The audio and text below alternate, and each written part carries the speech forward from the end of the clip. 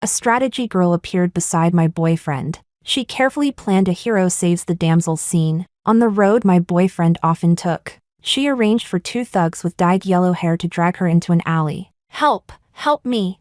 She screamed and struggled, desperately crying out in my boyfriend's direction. The boys walking with my boyfriend rushed in one after another. Only my boyfriend stood still, holding my hand. He didn't move at all. Chapter 1. Are you not going to help? I asked Paul, nervous and confused. After all, in last night's dream, he had been the first one to rush in, but now, he just looked at the dark alley and shook his head. His expression was so calm it was almost cold. No, the scene from the dream had become reality. Yet Paul's reaction was completely different. My mind was in chaos.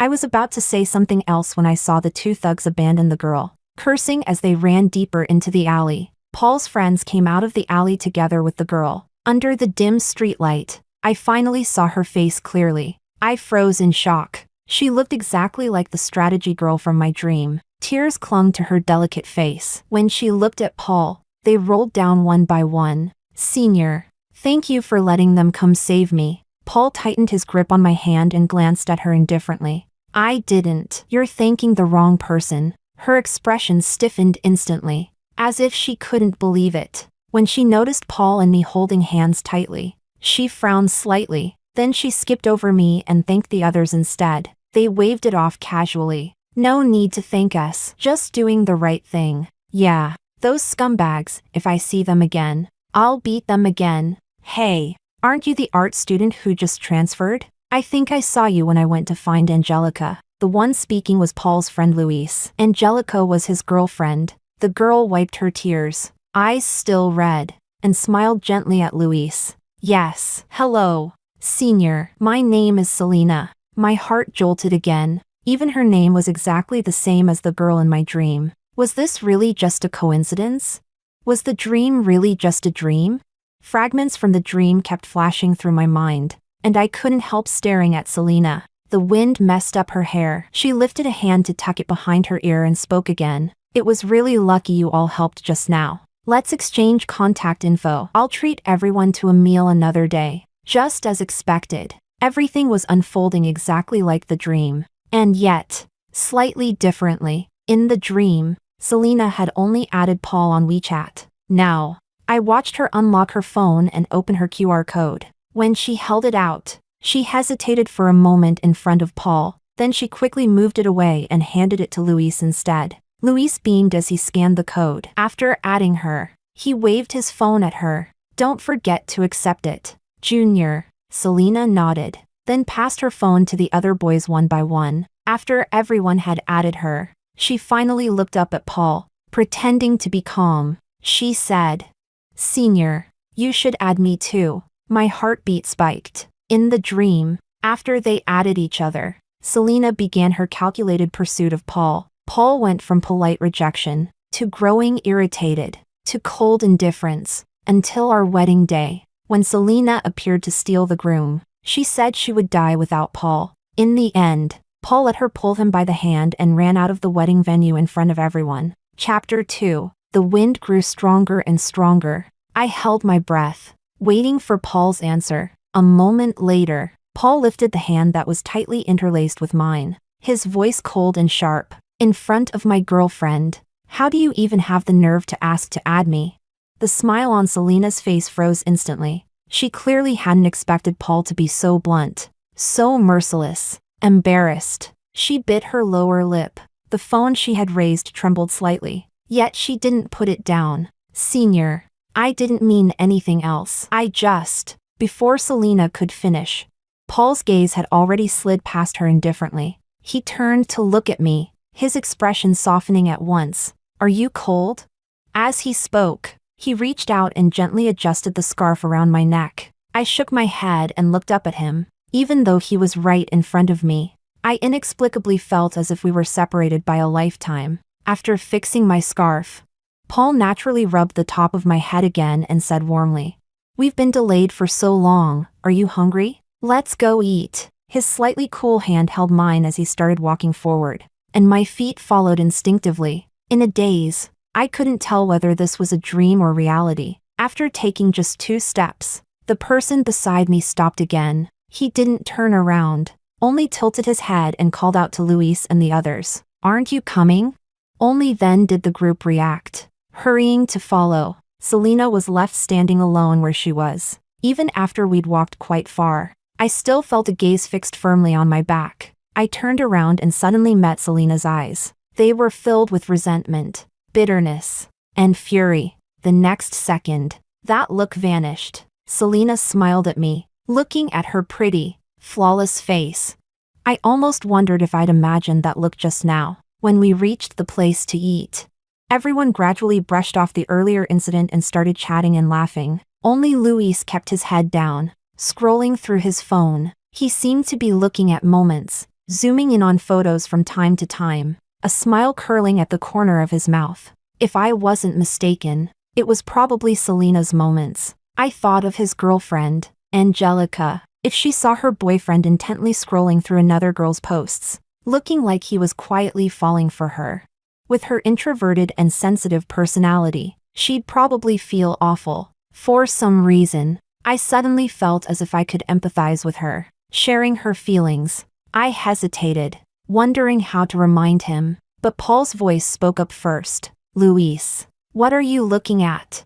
Luis quickly locked his screen, looked up, and replied with a grin.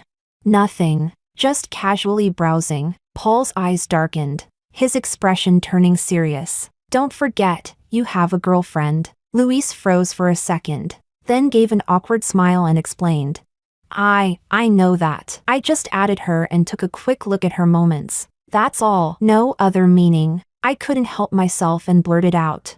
"Since you know you have a girlfriend, why did you add another unfamiliar girl?"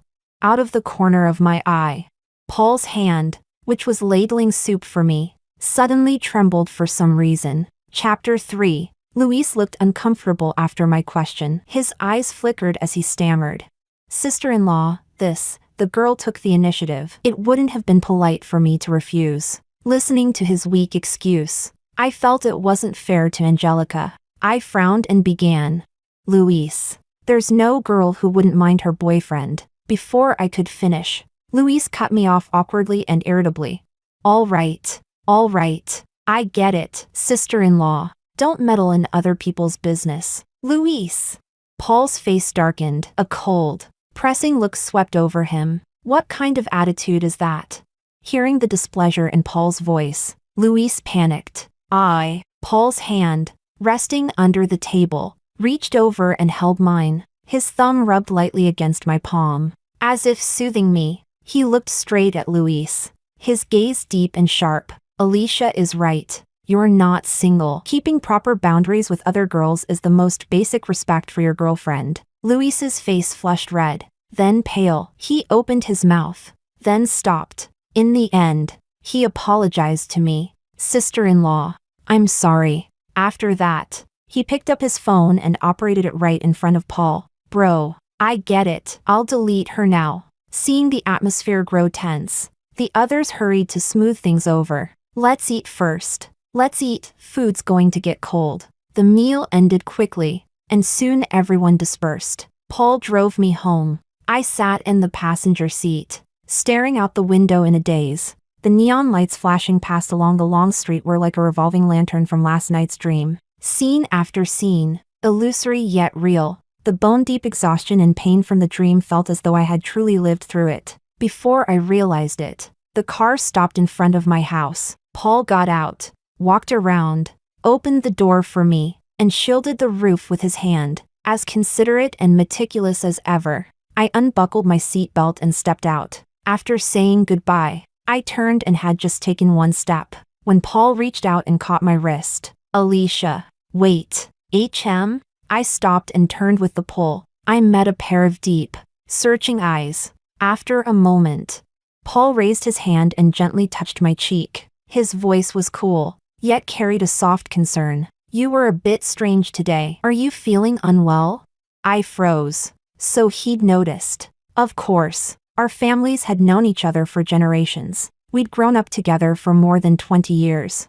I could read the slightest change in his expression. Naturally, he could sense something was off from my words and actions. After a brief thought, I lifted my gaze and looked straight into Paul's eyes. Paul, I had a dream last night. Chapter 4. I recalled the contents of the dream and slowly told Paul everything that had happened in it. Those tears that seemed to have truly flowed. That deep and piercing pain. Now that I spoke of them, it felt like wading through a river of bitterness. I stared at Paul, still full of confusion. Why did the strategy girl's appearance and name turn out exactly the same as in my dream, but your reaction was completely different? Before I could see Paul's expression clearly, he pulled me into his arms. Alicia. Something cool seemed to drip onto the top of my head. Was it raining? I tried to struggle out of Paul's embrace, but he only held me tighter. After a long while, I finally heard his voice from above my head, low and restrained, as if suppressing countless emotions. Alicia, that was just a dream. Only a dream. Dreams are always the opposite. That's why my reaction was different. The winter night wind was sharp and bitter, curled up in Paul's warm embrace. I asked in a muffled voice, "Really?" But it all felt too real, as if I had personally lived through it. Paul's body stiffened for a split second. I couldn't see his expression. I only felt the arms around me tighten again, as if he wanted to press me into his very body. Really, believe me, in this lifetime, I will only love you, unwaveringly. I won't be strategized by anyone. Listening to the powerful heartbeat pounding from his chest. For some reason, I didn't feel much reassured. Promises made in youth are beautiful, yet filled with uncertainty, like the moon rippling on water, with just a light touch from fate's ever-shifting hand.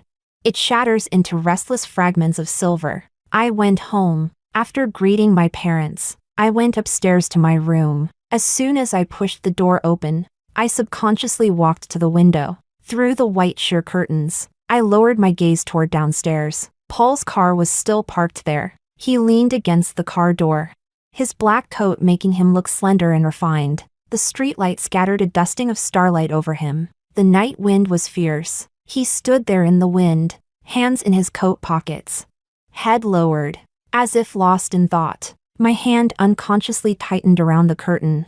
I didn't know when his promise would change. That night, I slept in a daze. The next morning, the driver took me to school. Just as I got out of the car, I suddenly saw Selena standing there with Paul. Chapter 5. A bright smile spread across Selena's face as she handed Paul a delicate paper bag. "Senior, I got up early and made these sandwiches myself." As if trying to prove something, she pointed at Luis beside her. "Luis and the others have some too. You should try one as well." Luis nodded eagerly, eating as he praised her nonstop. "Junior's not only pretty, she's also skillful. Paul, give it a try. It's really good." Paul kept both hands in the pockets of his coat. He didn't even lower his head to look at the paper bag. He only cast Selena an impatient glance, his voice flat and faintly irritated. "No." The smile on Selena's face stiffened. She forced herself to step forward and offer it again. "Senior, this is my heartfelt move." Paul's face darkened. He was clearly out of patience. Selena's face went pale, her eyes instantly reddening. "Senior." She seemed like she still wanted to say something, but Paul had already gone around her and walked straight toward me. He'd seen me the moment I got out of the car. Selena hadn't. She hurried after him, spreading her arms, bravely yet cautiously blocking his path. Passing students slowed down, lowering their heads as they whispered among themselves. Selena took a deep breath and looked straight at Paul. "Senior, why won't you take my sandwich? Is it because you have a problem with me? Or because you really dislike me?" There was no warmth at all in Paul's eyes. He didn't want to waste a single extra word. "Yes." The blunt, unhesitating answer made Selena's face flush bright red in an instant. Her fingers clenched the sandwich bags so tightly her knuckles turned white. Nearby students exchanged glances, whispering excitedly. Tears slowly welled up in Selena's eyes. She bit her lip and stubbornly pressed on. "Why?" "Senior, what did I do to offend you? I just wanted to thank you. I made these sandwiches myself and wanted to give you breakfast. I didn't make them just for you. I made some for the others too." Paul lowered his gaze and looked at her indifferently. "Thank me for what?"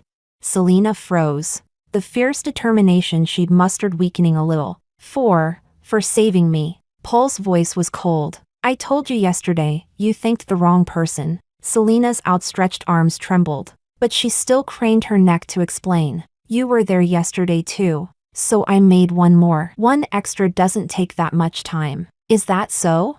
Paul looked at her sharply. Then my girlfriend was there too. Why didn't you make one for her as well?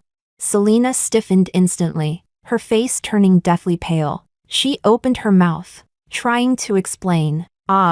But Paul didn't look at her again. He walked straight past her, striding directly toward me. Chapter 6. The north wind howled. Withered leaves rustled down from the branches. Paul walked straight into the wind and quickly reached me. Naturally, he pulled open his coat and wrapped me into his arms. You waited so long, are you cold?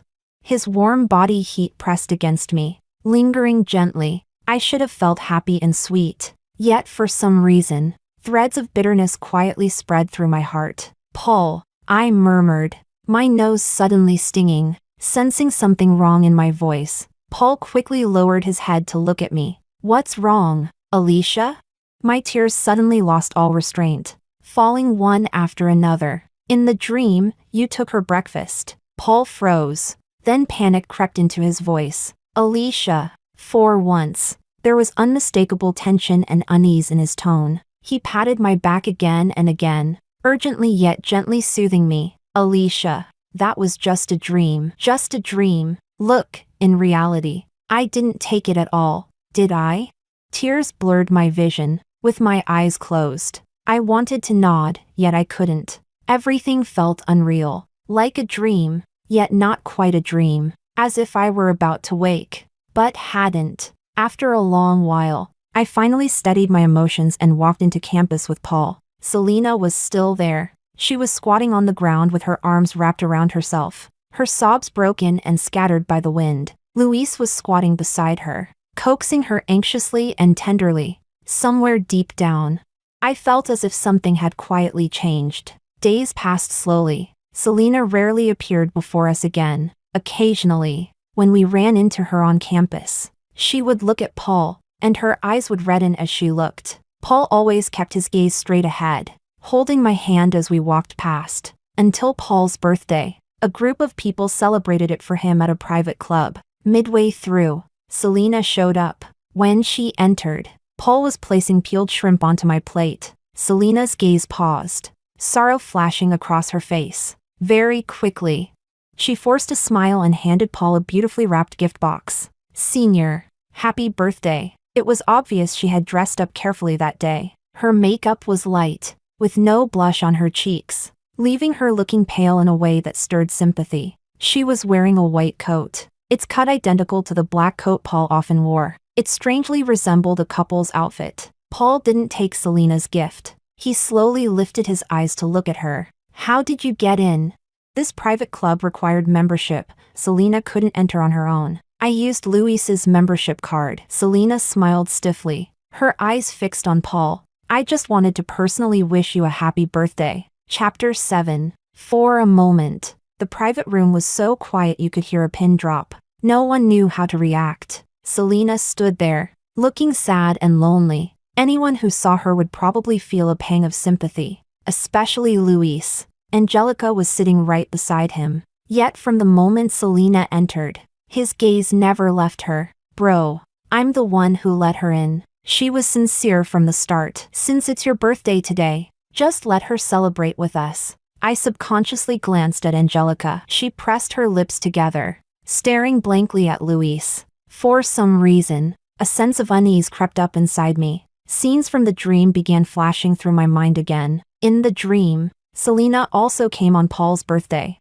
By then, Paul had already rejected her pursuit. But when he saw her, he didn't push her away. He only told her calmly to sit wherever she liked, a complicated look flickering between his brows. But now, the way Paul looked at Selena was filled with unmistakable disgust. I don't need your wishes or your gift. He wrapped an arm around my shoulders. I love my girlfriend very much, and I will only ever love her. So I hope you stop bothering me and stop doing things that make people despise you. Selena's face flushed bright red instantly. Under the crystal chandelier, the tears in her eyes glittered. She raised her hand to wipe the corner of her eye and asked Paul in a choked voice, Not even as an ordinary friend? I'm sorry. Paul's voice was cold, without the slightest warmth. I don't need a friend like you. Selena could no longer hold back her tears. She covered her mouth with her hand and ran out crying. Selena! Luis panicked, jumping to his feet and rushing to chase after her. Paul grabbed his arm. Luis, don't interfere in things that aren't your business. Unexpectedly, Luis shook Paul off and glared at him in dissatisfaction. I don't know how you can be so heartless. I really don't get it. She's a perfectly nice girl. She hasn't done anything outrageous. Yet from the day you met her, you've seemed to hate her. The more Luis spoke, the more agitated he became. Humiliating her in front of so many people, did that satisfy your rich young master's vanity?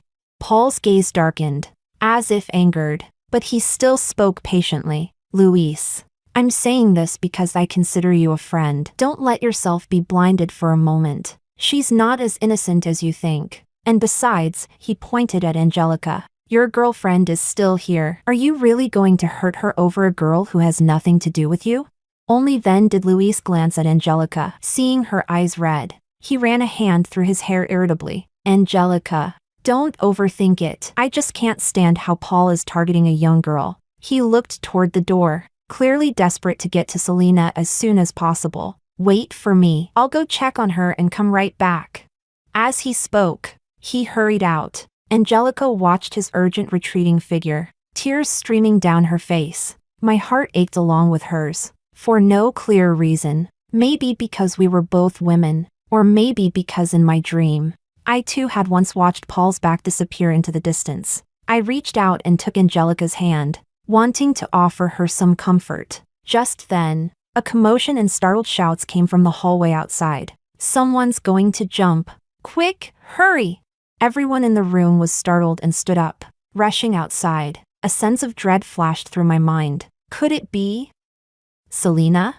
Angelica also looked panicked. She gripped my hand tightly. Senior, let's go take a look too. Chapter 8. When we reached the rooftop of the club, sure enough, we saw Selena sitting on a half-meter-high parapet. Her figure was slender, her hair blown into disarray by the wind. Her legs dangled in the air, as if she might fall at any second. Luis stood not far from her, his face deathly pale. He stretched out his hand toward Selena, his voice trembling with fear and panic. Selena, don't scare me. Come over here first, okay? Selena turned her head and glanced at him. Then she saw Paul among the crowd, and tears instantly rolled down her face. She smiled bleakly. Paul, would you worry about me too? Paul frowned slightly, holding my hand tightly, saying nothing. The onlookers watched the spectacle, whispering among themselves, pointing here and there. Selena didn't care at all. Her gaze was fixed straight on Paul. Her face showed despair and reckless resolve. Senior, I like you. I really like you, not just because of the task. I approached you, got to know you, learned to make sandwiches to please you, created chances to accidentally run into you, even knitted a scarf with my own hands to give you. But no matter what I did, you never once looked at me properly. Your favorability toward me was always zero. Tears slid down the corners of her eyes. Like a broken doll, Luis clenched his fists tightly, shouting with heartache and urgency. Selena, come down first. We can talk. But Selena acted as if she hadn't heard him at all, her eyes still obsessively glued to Paul. Senior, why can't you just look at me once? Why can't you like me even a little? What am I lacking compared to Alicia? Just because she met you first? But only I am the one who loves you the most. I came to this world for you. I'm the one who loves you more than anyone else in this world. Selena smiled miserably. Senior, I never told you, did I? You're the target the system assigned me to conquer. If I fail this mission, I'll die. Through her tears, she repeated it again. Without you, I really will die. I froze instantly. My mind exploded with a loud boom, like a thunderbolt striking. I remembered everything. So it wasn't a dream. It wasn't a dream at all. That was my previous life. In my previous life. At the wedding, Selena said the exact same words. She was wearing a white gauze dress then too, tears streaming down her face as she looked at Paul. She said, Paul, If I fail the mission, I'll die. Without you, I really will die. Chapter 9. Every single word was like a whistling bullet. Across the span of an entire lifetime, it struck my heart with perfect precision. It felt as though my very soul had been pierced through. All that remained was a numb shell. Standing there in a daze, watching in a daze, Luis turned around, his eyes bloodshot, and roared at Paul. Just agree to her already. Are you really going to watch her die? Paul's expression didn't change in the slightest. He didn't answer Luis. Instead, he looked at Selena and said, calmly, flatly, slowly, then go die. Selena's face froze, as if she hadn't expected Paul to be so ruthless. She even forgot to control her expression. She forgot how to cry. Seizing the moment, Luis rushed forward and yanked her down, holding her tightly in his arms like he'd just recovered something precious. Selena, you scared me to death. Paul didn't spare this farce another glance. He took my hand and walked away. I was like a puppet, letting him pull me along, following his steps in a stupor, step by step, through the long corridor, down the stairs covered in soft carpet. When we walked out of the club, a cold wind carrying fine snowflakes rushed toward us. Why did it suddenly start snowing? I stopped in my tracks. Alicia? Paul, who was walking ahead, turned back to look at me. Snowflakes landed on my eyelashes. I blinked, then lifted my eyes and slowly looked at Paul. I remember now. Paul, I remember everything. The man in front of me froze. Alicia, what are you talking about? I looked at him quietly, my fingers loosening little by little from his grasp. Paul, in my last life, Selena said the exact same words. At our wedding, you went with her. Paul's face changed drastically. He reached out urgently, trying to grab me again. Alicia. I took a step back, pulling away with rejection and distance. Paul's eyes instantly reddened. He strode forward and pulled me into his arms regardless, holding me tightly. Listen to me, Alicia. Let's talk properly. I wanted to struggle, but my whole body felt weak. Something warm soaked the skin at the side of my neck. Paul held me tightly, his entire body trembling. I stared blankly at the snowflakes drifting slowly down from the sky. They fell on rooftops, on treetops, and also onto my heart. Paul, my head is in a mess right now. I want to go home first. Chapter 10. The strength around me didn't loosen at all. Above my head came Paul's voice, strained as he struggled to suppress his pain. No, Alicia, I can't let you be alone right now. Lost in your thoughts, whatever you want to ask, whatever you want to say, your sadness, your pain, your fear, or even if you want to scold me, hit me, say it all. Tell me everything, okay? Just don't ignore me. Don't hide away by yourself. And please, don't leave me again, all right? The snow on my eyelashes slowly melted, turning into an unbroken stream of tears. What I hadn't dreamed of, the afterward, I finally remembered on the rooftop. I've never been the type to scream, fight, or compete. In my previous life, after Paul followed Selena away, all I wanted was to find a place to heal on my own. So I went abroad by myself. During that time, Paul kept looking for me. 3 years later, when he finally found out where I was, there was already someone else by my side. He lived every day in regret, numbing himself with alcohol, and eventually died young. As for Selena, she failed her mission and was punished with cancer, dying in agony. So, that's why, in this life, Paul deliberately avoided all contact with Selena. I closed my eyes, feeling utterly desolate inside. You should go check on Selena first. No. The voice above me was urgent. Trembling, Paul released me, then held my shoulders firmly with both hands. He bent down so our eyes were level. In his eyes were unmistakable panic, anxiety, and pain. Alicia, believe me, I truly have nothing to do with her. My tears flowed silently as I turned my head away, not wanting to look at Paul. In this life, they really did seem to have nothing to do with each other. But my heart still ached unbearably. Paul, I really don't want to see you right now. I need some time and space. Paul cupped my face with both hands, gently wiping the tears from the corners of my eyes. His eyes were bloodshot, his lips trembling as if he wanted to say something. After a long moment, He finally spoke, his voice filled with cautious pleading. Okay, then let me take you home first. When you've calmed down, we can talk again, all right? I shook my head, my tone firm. No, let the driver take me. You stay. Paul looked at me, eyes red, looking and looking. In the end, he nodded. He called the club's driver and instructed him to make sure I was safely taken home. I got into the car and calmly closed the door. The snow fell heavier and heavier. In the rearview mirror, Paul stood in the swirling snow, not moving an inch for a long time. After a while, he finally turned and walked back into the club. Chapter 11. Selena, of course, didn't jump. Everyone had already returned to the private room. Except for Angelica, no one knew where she had gone. When Paul pushed the door open, Luis was sitting on the sofa, coaxing the crying Selena. Everyone looked at the two of them, more or less feeling awkward. After all, when Luis had pursued Angelica so openly back then, everyone had witnessed it. Paul walked in with a layer of wind and snow clinging to him,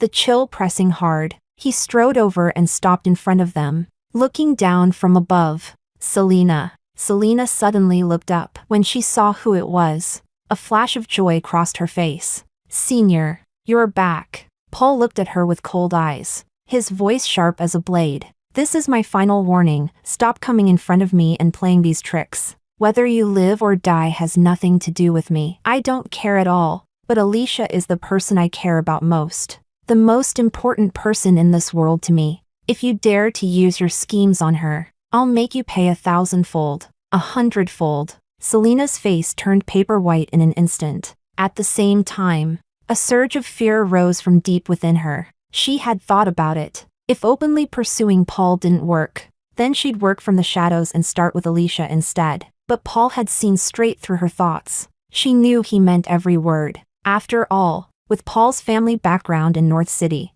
crushing her would be as easy as crushing an ant. Paul's harshness also made everyone present feel uneasy. This seemed to be the first time he had ever warned someone with such fury. Paul cast Selena one last cold glance, then shifted his gaze to Luis. Their family's elders all knew each other. They had grown up together. There was real history there. That was why Paul had been stopping things since the day Selena appeared. He still hoped Luis wouldn't follow the same path he once had. Luis, your girlfriend has disappeared. Yet you're still here comforting someone whose background is unclear. Luis opened his mouth to argue. Selena, she's not. Paul raised a hand to cut him off. A girl who knows full well that someone else has a girlfriend, yet still pushes herself forward. What kind of good person could she be? If you no longer have feelings for Angelica, then break up cleanly and properly. Not like this, stringing her along while hurting her. There's no medicine for regret in this world, and not everyone gets a second chance. I've said all I need to say. I hope you wake up sooner rather than later. After finishing, Paul didn't linger for a second. He turned and walked out of the private room. When he came to my house to look for me, I didn't go downstairs. My mother, not knowing what was going on, said she would go upstairs to call me. Paul stopped her. Auntie, there's no need. Let Alicia rest for now. My mother had watched Paul grow up and had always had a good impression of him. In the eyes of the elders, he and I were a pair by default. She asked worriedly, "Did you and Alicia have a quarrel?" Paul fell silent for a moment, then replied, "Auntie, don't worry. It's my fault. I upset Alicia. She has every right to be angry. I'll come see her again tomorrow." Chapter 12. For several days in a row, whenever Paul came to the house, I refused to see him. Seeing the heavy dark circles under Paul's eyes, my parents couldn't help feeling distressed. They came to ask me what had happened, but how could I tell them about what had happened in my previous life?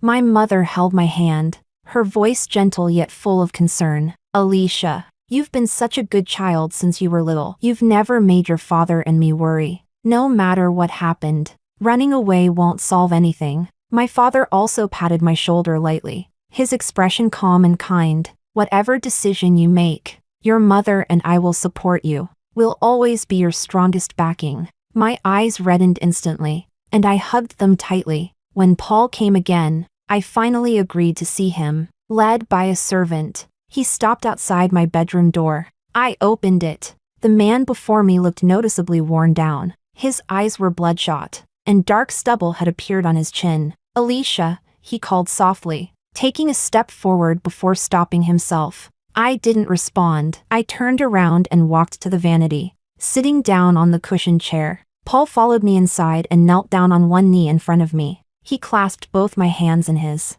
looked up at me with reddened eyes, and said hoarsely, "Alicia, you finally agreed to see me. Do you know? These past few days, I've wished I could cut my heart open and show it to you, just so you'd believe there's only you in it." That familiar ache surged to the tip of my nose, my vision blurring with moisture. Through the haze, I forced a faint smile. "But Paul, in my last life, your heart wavered. That day on the rooftop, I remembered the way you followed Selena so decisively.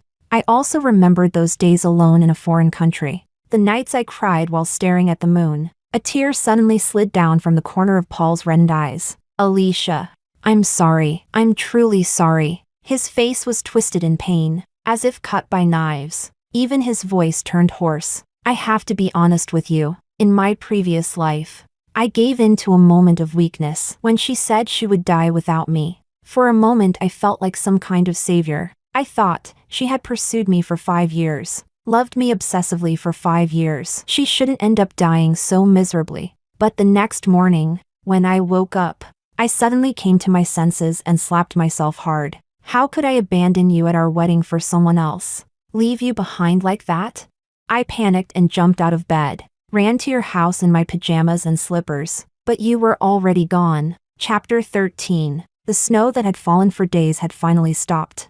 Yet the sky remained dark and heavy. The lights were on inside the room. I looked at the man in front of me, at his brows and eyes, and at the deep pain hidden within them. After a long silence, I finally spoke, calmly, sentence by sentence. "Was it pity, or was it attraction?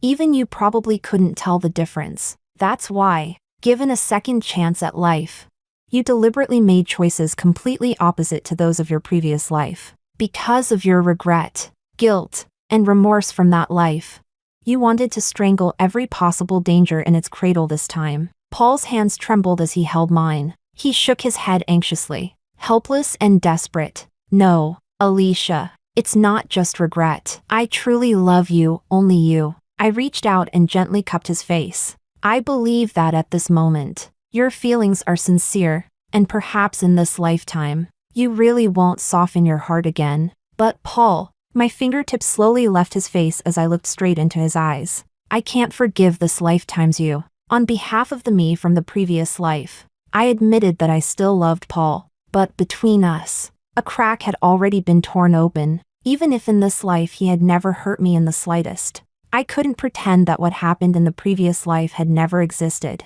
Paul's eyes were bloodshot, his face drained of all color. He clutched my hand tightly and asked in a trembling voice, "Alicia, what do you mean by that?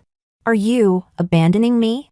I looked at Paul, his face filled with anguish, and tears streamed down my cheeks as well. But there was no way. There was no way for me to forget the betrayal of my previous life. "Paul, go back. Some things can't be made up for, even if you get to live a second life." Paul struggled, trembling all over. Slowly, he lowered his head and buried his face in my palm. Scalding tears soaked into my hand. Chapter 14. I still went ahead and completed the procedures for studying abroad. On the day I left, I didn't notify Paul, but somehow, he found out and rushed to the airport before I boarded the plane. He was still wearing that black long coat. The loose strands of hair on his forehead were in disarray from running. The rare winter sunshine streamed through the floor-to-ceiling windows of the terminal. Paul stood in the light and shadow, his eyes red as he looked at me. "Alicia, I know I can't stop you, but I want you to know this. As long as you're still single, I won't give up on you. If you truly fall in love with someone else, then I will." Paul paused. When he spoke again, his voice seemed soaked in endless sorrow. "I will also give you my blessing." I lowered my eyes, not knowing what to say. After a long moment, I could only manage one sentence: "Goodbye." As the plane rose above the clouds, it felt as though I had been reborn once again. Chapter 15. Later, I heard that Luis and Angelica had broken up. In fact, in the previous life, they never ended up together either. Angelica's family background wasn't strong, and Luis's family had long arranged a well-matched political marriage for him. It was just that in this life, because Paul didn't choose to save Selena, didn't add her contact information, that triggered a series of interactions between Luis and Selena, which directly led to Luis and Angelica breaking up ahead of time. This time, Selena's mission still failed, and she could only accept the punishment of terminal cancer. At first, Luis often went to see her and paid her medical bills, but as Selena's condition worsened, her once exquisite beauty no longer held any attraction. Gradually, Luis stopped asking about her altogether. He had only been driven by lust to begin with. What you can't have always seems the best, but Selena was unwilling to accept it. Not only had her mission failed, even her backup option, Luis, no longer wanted her. One night, she escaped from the hospital, drove a car into Luis, and crushed both his legs. She herself was sent to prison as a result, before she could ever be released.